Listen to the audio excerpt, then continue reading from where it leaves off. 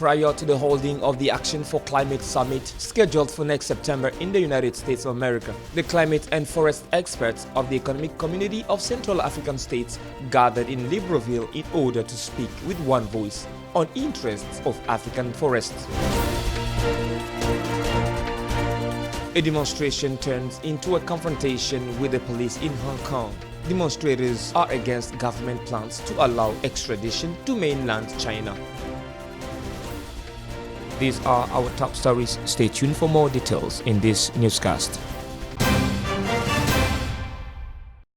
This week, Wednesday, June 12, 2019, marks the signing of the renewal of the Convention on the Field Study in Tropical Ecology with partners from several universities in Africa and in Europe. It is a convention of 11 signatories, which will be completed in October by agreements that will include other partners. The Field Study in Tropical Ecology is a training system that brings together students from different levels, such as master's degree, technicians, researchers, and research professors from French and African universities. In 2011, the first convention brought together nearly 200 students from different levels. These courses have the final and scientific goal of making an inventory on biodiversity and better understand the functioning of equatorial ecosystems.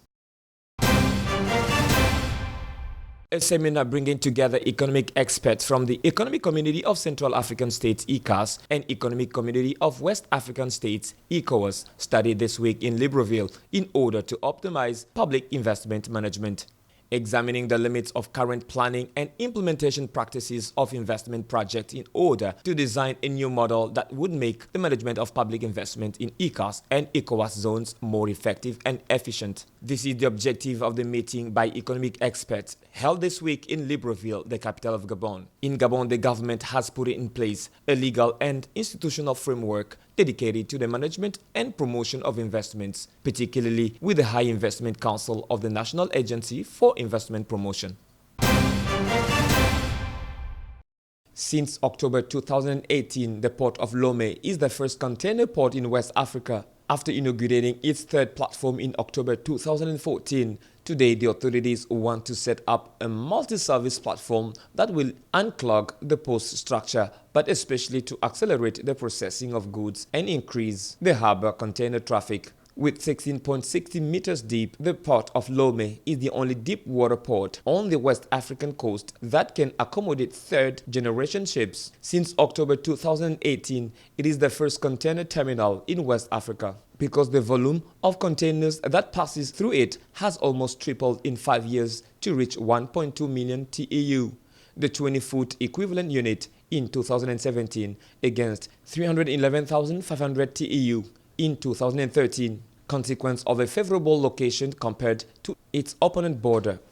It turns out to be the only port of the West African coast where you can reach several capitals in one day. It offers the advantage of transporting goods at very competitive times and cost. The rapidity of the administrative formalities, which facilitates the goods removal circuits, the rehabilitation, and the construction of relay infrastructures are to be noted. The port is prominently ranked ahead of its competitors, and the country wants to take the lead. The authorities are therefore aiming to provide the port with a multi-service platform to speed up the processing of goods and increase traffic. It will be built in Adakpame, an eastern suburb of Lomé. The achievement of this project will be part of the National Development Program spread over 50 hectares.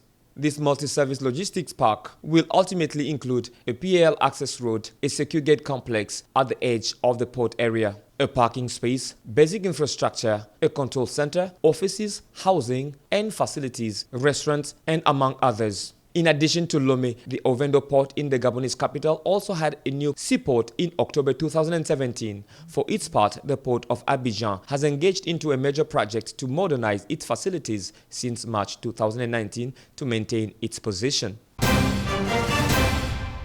The Alliance for Freedom and Change in Sudan agreed on Tuesday to end the civil disobedience movement. Negotiations with the military should resume soon. The UN Security Council condemned the violence and called for respect for human rights. Calm has returned and soon talks will resume between the leaders of the protest and the military after 3 days of movement following the call for civil disobedience. Since Tuesday, protesters called to suspend the movement to facilitate the resumption of negotiations after days of paralysis with a lot of businesses closed. One of the conditions for the resumption of talks demanded by the leaders of the protest, in addition to the international investigation into the massacre of the city in Khartoum, is the release of the arrested persons among the demonstrators considered as political prisoners. According to the representative of the Ethiopian Prime Minister Abiy Ahmed, who had been to Khartoum a few days earlier for a mediation. In the night of Tuesday to Wednesday, the Security Council called for an immediate end of the violence against civilians and emphasized the importance of respect for human rights. Members of the council called on all parties to continue to work together towards a consensual solution to the current crisis, according to a statement following the work carried out by the commission. The announcement on the resumption of negotiations comes as leaders of the protest had announced that they would soon publish the composition of their own governing body, chaired by a prime minister.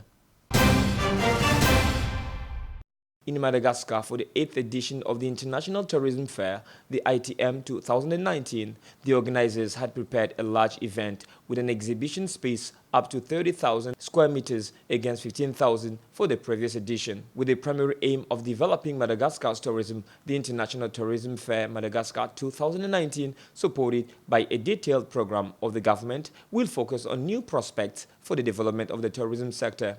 It will highlight the great tourism potential of the Big Highland through its exceptional natural heritage, its rich and diverse culture. This change of site implies the increase of the number of exhibitors and will allow a massive participation of operators coming from other regions, a discovery of offers and services within the reach of all communities, but also the provision of a large space favoring B2B meetings. The ITM show has progressively become a meeting point in the planning of major events of the Vanilla Highlands. This 10th edition will be a new opportunity for meetings between tourism professionals and opportunity to exchange with their potential customers in one place.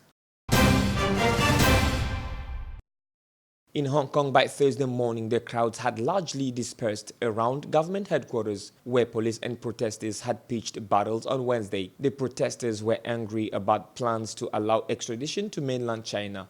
Despite the widespread opposition, the government has not backed down. However, Hong Kong's Legislative Council delayed a second reading of the controversial extradition bill, and it is unclear when it will take place. The second reading or debate over the extradition bill was originally scheduled for Wednesday. In an attempt to prevent lawmakers from participating in the debate, activists in thousands blockaded key streets around the government headquarters in central Hong Kong. Police were also out in riot gear. Later, tensions boiled over as protesters tried to storm key government buildings, demanding the bill to be scrapped. Police responded by firing tear gas and rubber bullets to block them and get them to disperse. After hours of chaos, the crowd eventually dissipated overnight. Human Rights Watch accused the police of using excessive force against protesters. Authorities have shut some government offices in Hong Kong's financial district after the worst violence the city has seen in decades.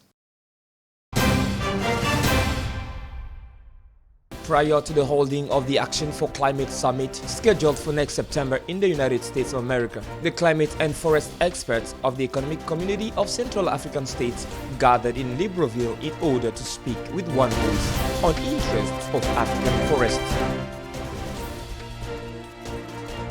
A demonstration turns into a confrontation with the police in Hong Kong. Demonstrators are against government plans to allow extradition to mainland China. That's all for our newscast today. Stay tuned on Gabon 24 for more news.